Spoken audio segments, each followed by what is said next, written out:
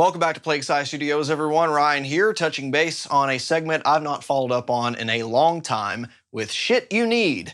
That's got to be a new personal best for getting demonetized on this stupid platform. If nothing else, this will be a good test to see just how strict the enforcement of these dumb new policies are. If only they had this app that was filtering out adult-oriented content, maybe like a kids for YouTube.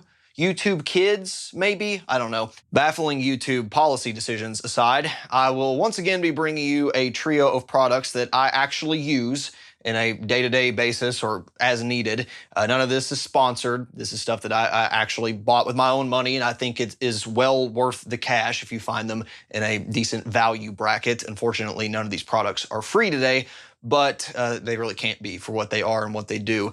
And if I had to kind of group these together with a common thread, I guess I would call them off-camera heroes, things that you don't see in a video, but they're actually used day to day by me to either prepare for a video or in a maintenance capacity, or to simply make this spare bedroom studio livable when the outside weather conditions are less than ideal. And I imagine it's going to apply for many of you viewers, at least at some point during the year, but more on that in a moment. First off, let's start with the most affordable package here.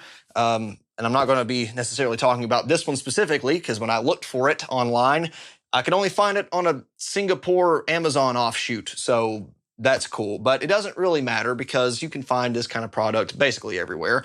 This is, of course, a guitar neck rest. This is kind of a cushion version. They make kind of a hardwood. I've even seen like a cork version that kind of seesaws, and you can set up depending on the angle of your neck and guitar and where it's laying on. But this is essentially my best friend during string changes and other routine guitar maintenance. And I think it even came as a package deal with this string winder cutter combo tool, which was nice to have. Not essential. I already recommended to have that kind of stuff beforehand. But what's nice about this is you don't have to have like a big workbench. You don't have to have a rollout mat or a dedicated space. Whatever you want to use to work on your guitar, you just plop this on it and there you go, you're ready to roll. Whether you're in a dorm room and you're constrained on space, you can put this on a bed and ta-da, there you go. Now you can get to change strings without putting your guitar at an awkward angle and having the headstock precariously hanging off the end, and one wrong move and you've dumped the guitar on the floor. Or if you want to work in the floor and you have like a rug or something, you could plop this down and once again, there you go. You have a place to actually change and access your strings. For more serious repair setups and luthiers, of course, they make all sorts of variations of these things that can allow the guitar to turn on its side or at various angles of inclination if it's laying on its back. But for what I do, this is more than good enough. I've turned guitars upside down. In fact, I will grab my latest project, my circa 2006 Epiphone Les Paul, which will be turning 17 later this year, at least since the time I've had it, and whose broken headstock repair job will be turning 15 this year. Gotta love those voluteless neck designs by Gibson, right? It's held up great, but as you can imagine, I'm a little more nervous than usual working on this guitar. And when I was going back about a couple months ago to add a new wiring harness and change out some of the pickups and stuff, I definitely wanted to have this well supported. And this cheap neck rest paired with my kitchen table and open windows and a really high-speed fan to get the fumes away did the trick. And then, of course, I could just turn it right back around at this angle to add the strings later. Unfortunately, my maintenance on this guitar isn't complete yet since, in their infinite wisdom, they didn't run a ground bar off of the bridge like you should for a vintage pickup configuration like this. I don't know why, and I'm honestly shocked that it worked at all in the old setup, but it certainly explains some noise issues now. So I've got something that's a little janky right now, but we'll get to that later. It records fine. That's the main thing. It's what I needed it for some upcoming videos. But when I need to modify it again, I'll be sure to turn to this $20, $30 piece to save the day and prevent any other damage like this from occurring. I've seen these go from anywhere between $15 and $80, depending on how complicated you want to get into these things. But honestly, just one of these lower end cushions and got something like the non-slip mats like I talked about before, then you've got something that's going to take care of all your needs. This next product might seem like it's completely unrelated to guitar playing, but bear with me because if you live in a climate that's similar to mine, then I would recommend you have one of these on hand, a small single room humidifier. Or if you live in a swamp all year round, then you'd want a dehumidifier. But the theme here is humidity management. You know, we oftentimes think of climate control as just being temperature, but a lot of the times the humidity level is how that climate control is achieved, and it's oftentimes even more important to manage within a certain range. So first things first, if you do own one of these, don't set it anywhere near to the kind of equipment that I have it. This is one of those do as I say, not as I do moments. This is simply to get it on camera, because if you have the higher flow rate settings up, then it will certainly start to build up on surrounding areas. And, you know, obviously the stream is going, you know, a decent amount into the air, but it's falling back down. It could potentially damage, you know, wood surfaces, that sort of thing. So put it closer to the center of the room, or, you know, closer to an edge that is not going to be problematic in terms of electronics or any other sensitive equipment, and you can kind of point the nozzle. Some of them also have like the big square nozzle at the end and kind of focuses the stream into more of a cone, but this one is a bit of a higher dispersion unit, which is what I wanted for my use cases.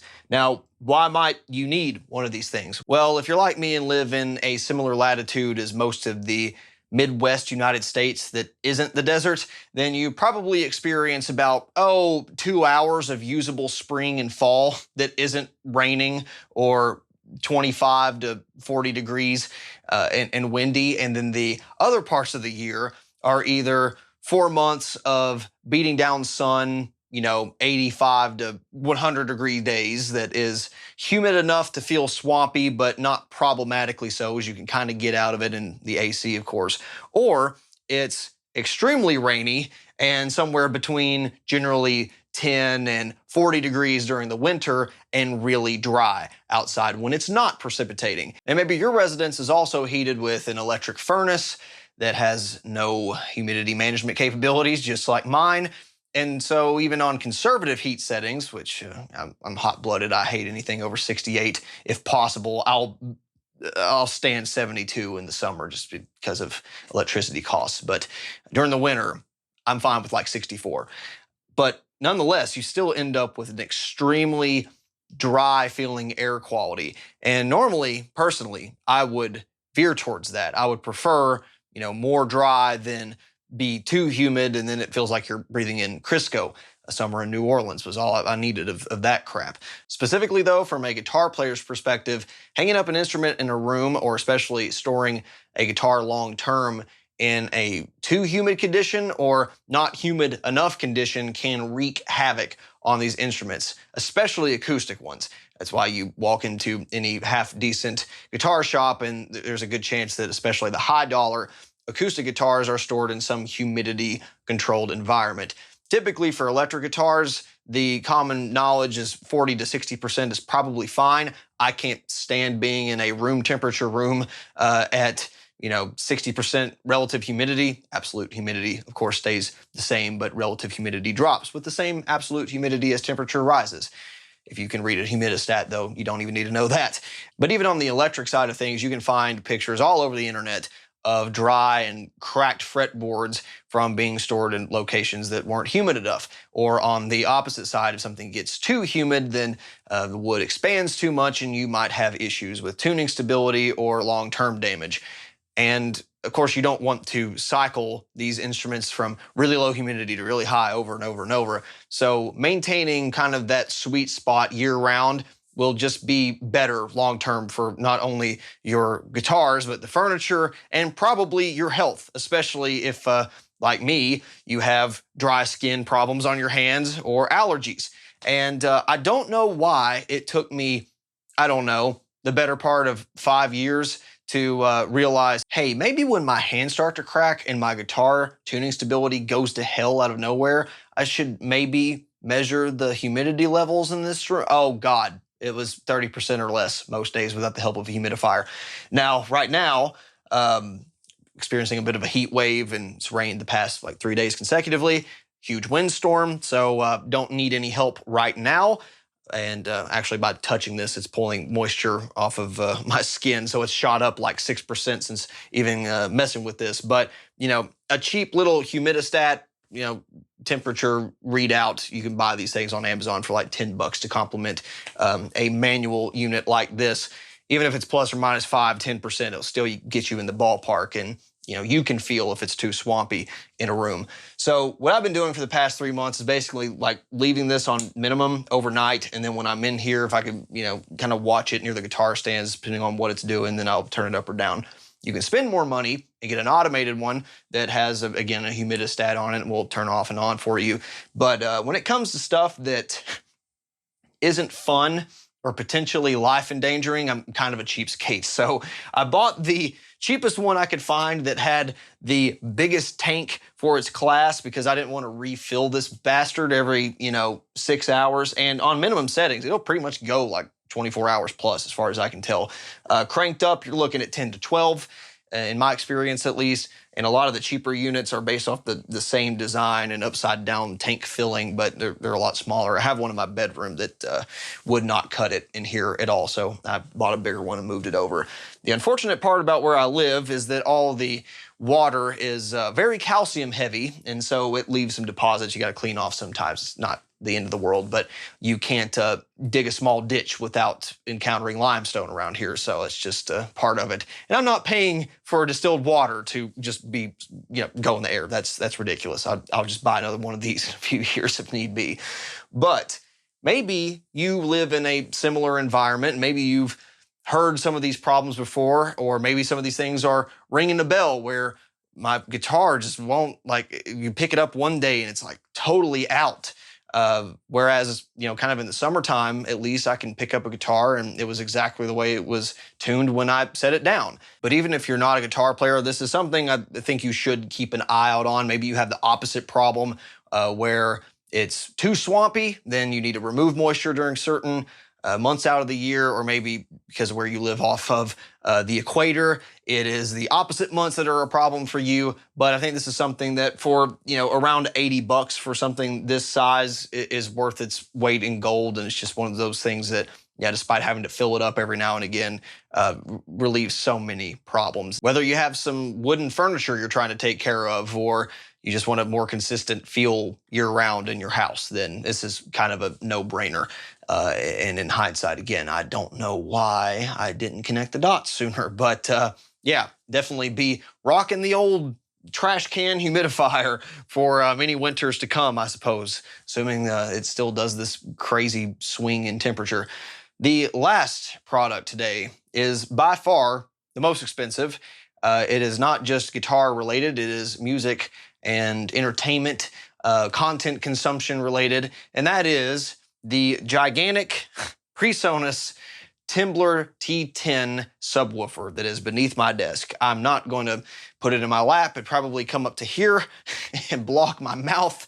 You'll see it in the B-roll and you'll be happy with that, or not. For a number of years now, I've been using these PreSonus Eris E8s, and I love them. They're 8-inch drivers, kind of ported construction, of course have the accompanying tweeter. And for the money, especially considering I bought these used, as well as the subwoofer, there's no way I could have gotten a better product for that amount of cash. I'd have to spend twice as much, if not more, for something that is similar spec. And who knows if the frequency range would really be as good, if they'd be really as flat. And to get something that is provably, marketed as having better specs in all those regards, you're looking at a whole different class of monitors. These things really punch above their weight class, and I don't have any reason to ever upgrade these things other than just want to try something new and better for the sake of it. But these are not a bottleneck in any of the stuff that I do, whether it's direct recording, playback, that sort of thing. The only downside with monitors like this and anything that, well, isn't in the 10-inch to 12-inch gigantic monitor class is that the low end drops off a bit, which is something you should expect, right? The smaller the speaker goes, the less bass content it's able to faithfully reproduce, which is why you have a bigger speaker for the main driver and, of course, a tweeter for the high frequencies. Now, in previous locations for the kind of projects I was working on, studio monitors were kind of a sanity check, and I used them sparingly. Honestly, most of the time I was using headphones with EQ correction to get the proper bass response and of course, sacrifice a little bit of phase correction, but no big deal on that front most of the time. So the absolute accuracy of the studio monitors wasn't the biggest deal to me. I could always check bass response elsewhere, especially through headphones or in a car or another hi-fi system if I was, publishing that kind of content where it really mattered. And for the most part, I was in places that weren't treated well enough to even care about, because especially a couple locations ago where I couldn't go wild with treatment, there was so much buildup of low end that I had to use all of those acoustic tuning settings on the back to bring them more in line with what I think they should have sounded like from the get-go. But now that I have some halfway competent treatment in here, it's certainly not superb, especially the bass traps, but it has certainly made a big enough difference to where you can hear the vacuum of low end in these monitors. And it's one of those things where you don't hear it or super appreciate it until you hear it added back.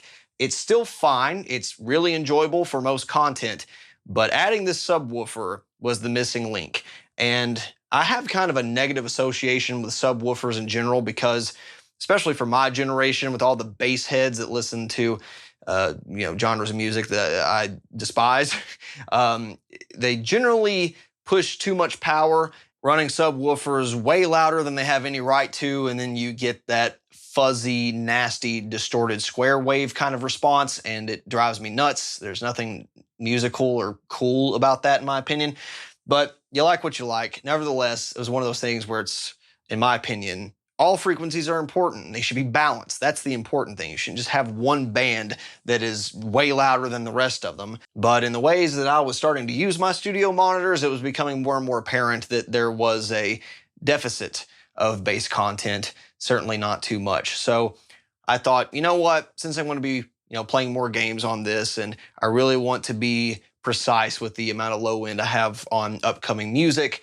let's go ahead and splurge on the subwoofer. It sucks that you have to pay almost as much for the sub, even used, as you would a pair of monitors. And that's partially why I've been put off from it for so long. But I'm going to say it was worthwhile because the past roughly 6 months with this have been absolutely killer. So how do you go about choosing a subwoofer, and why did I go with the T10? Well, one of those reasons is likely to be the same between both of those questions, in that this subwoofer is, of course, from the same brand as my reference monitors.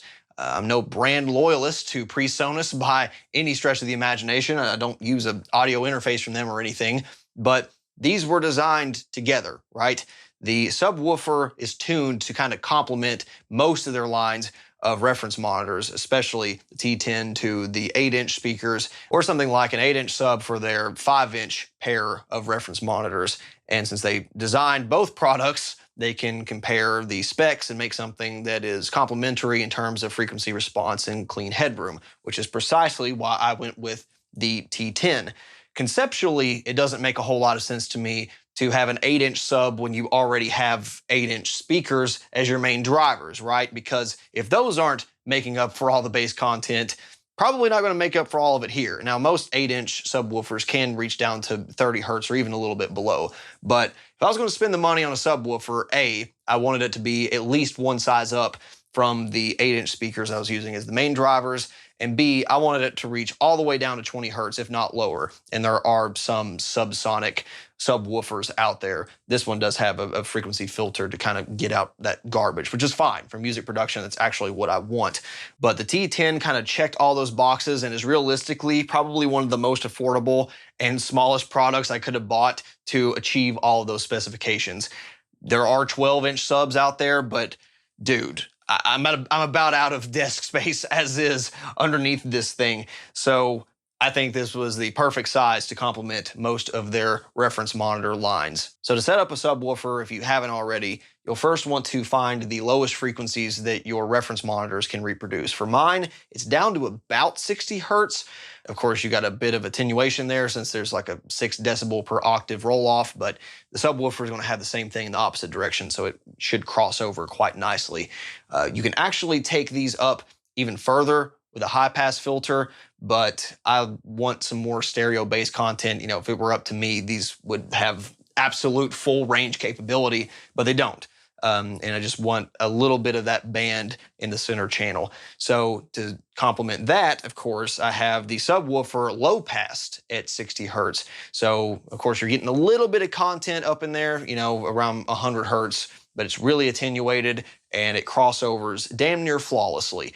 The only issue I had setting this up is that compared to the reference monitors, the subwoofer is so loud at unity input level, because there's no like, here's 0 compared to that and that, right? The amplification circuits are different, even though I'm running everything as a pass-through through the subwoofer. So both stereo channels going into that, coming out back to the monitors. Now that's a minor gripe at best, because it's really easy to circumvent when you set it up, and it's actually a good thing in terms of product capability. So I just put on some bass-heavy music that I knew how to balance, right? It's not that hard.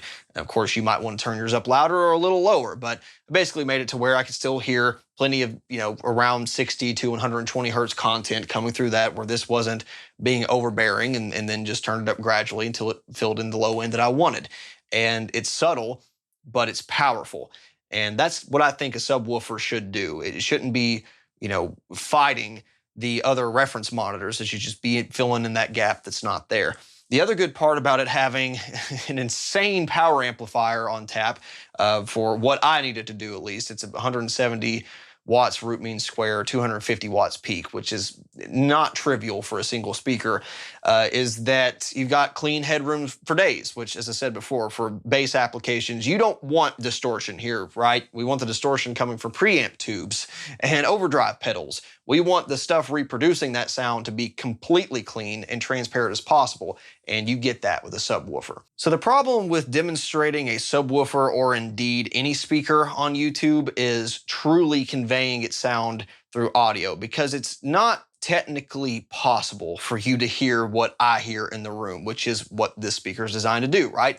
We mic up guitar cabinets, we make impulse responses to those, and you can hear what the recorded guitar sound would be coming through, you know, the last part of your signal chain, which is going to be, for a lot of you, earbuds or your phone speaker, or your reference monitors or a hi-fi system. But it's hard to convey what a hi-fi system or an FR/FR system sounds like through another FR/FR system. It's like trying to take a picture without a camera, or, you know, in this instance, let you hear something without a microphone, because the microphone's always going to color it. So you're hearing the microphone position, plus the speaker. You're not hearing the true sound. So I'm going to try to demonstrate this in a couple ways to give you the idea of what it's doing. But unfortunately, there's a second issue with subwoofers specifically, in that the devices many of you are going to be listening on simply won't be capable of reproducing the full gamut of frequencies that this thing is making. So in short, that means that if you already have a subwoofer, you'll be able to hear the difference, which is great. I mean, it's going to be kind of a cool test for you, I guess, to hear what your sub is doing. But you already knew that, right? You have a sub, so you don't need to hear the difference between on and off. But then on the other hand, if you don't have one, you don't hear the difference really, at least not that much, and to exaggerate it wouldn't be accurate. So listen through a solid set of headphones, I guess, would be the best compromise if you don't have one. But regardless, I'm going to do my best to kind of capture an approximate in-the-room sound, and then also filter the direct captures in a way that reflect what's actually happening at the individual speaker levels.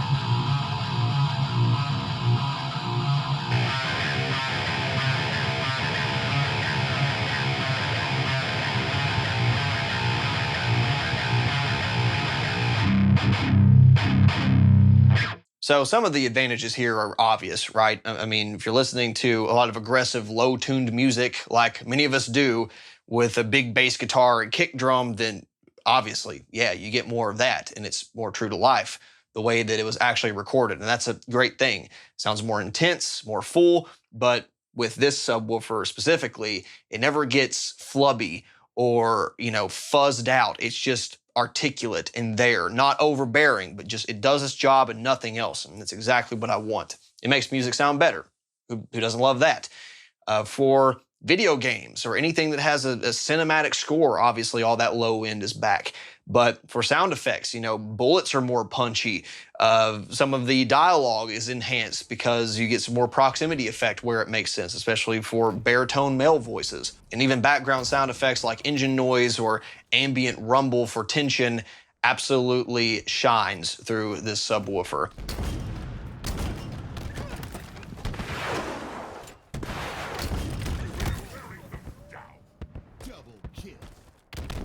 But the biggest and most unexpected quality of life improvement for me has been playing guitar through an amp modeler or VST plugin into this subwoofer. It's kind of sublime. And I never really expected this because for the most part, with an Axe-Fx product or any other amp modeler, especially VST plugins, I would oftentimes use headphones for the most part. Now, I'd have the monitors on and listen to it on playback, and even sometimes I would jam with them, but for the most part, the headphones were there as the main sound component. I'd use monitors as kind of a bit of a feedback mechanism. But it never had quite the same enjoyment as just standing in front of a 4x12 and letting the chugs rip, feeling the transient thump and the whole room vibration, all that good stuff. The directionality, none of that was really replicated here. And that's fine because it was just a different experience. For mixing, the monitors did a great job, but I never had that true sense of fulfillment or enjoyment playing through them like that. With the subwoofer active though, it feels like I'm standing in front of a half stack. Not just feel, the low end resonance is just captured remarkably accurately to the point that this does a better job of that low end thump and full stack feel than even a 1x12 guitar cabinet does, which makes sense. They're built differently. You've got ports here and it's a thicker construction, that sort of thing. But my appreciation for my favorite plugins and Fractal Audio amplifier models has only shot up exponentially because they sound massive through this. And it's to the point where I don't even mind the mic'd up sound as a replacement for playing through these cabs. Honestly, since I got this sub, I've jammed through these real cabinets maybe 3 or 4 times because it is just so convenient and it sounds so damn good going through this thing. And it's perfectly center channel. You got the rumble, the feedback at any volume you want, and it sounds absolutely massive. So if you feel like your FR system isn't quite up to what you expect it to be, if you don't find it's that fun to play in front of your studio monitors, make sure your low-end content is being adequately represented, because that made the whole difference. That cab punch is back, and I absolutely love playing through this thing as a direct DI bass system of sorts, or just getting the chugs out on an 8-string guitar. And of course, it's working wonders for mixing and mastering applications. So I believe that will do it for today's Shit You Need. Again, whether you are willing to spend 20, 30 bucks or $450 on up, again, I did buy that one a little used, so I got a pretty decent deal on it.